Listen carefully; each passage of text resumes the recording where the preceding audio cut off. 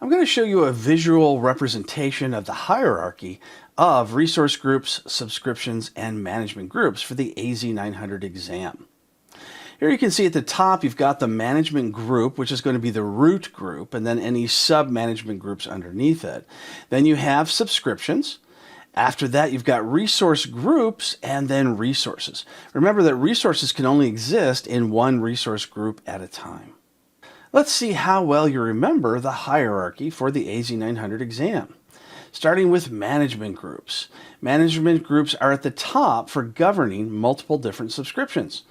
Do you know what comes next?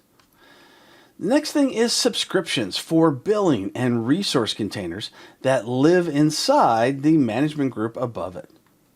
After that, we've got resource groups. These are logical containers. Remember that term, logical containers for related Azure resources like virtual machines, databases, storage, and others.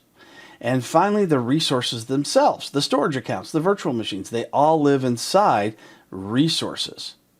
Once you realize this hierarchy and have it memorized and understood, this part of the AZ-900 should not be a challenge during your exam.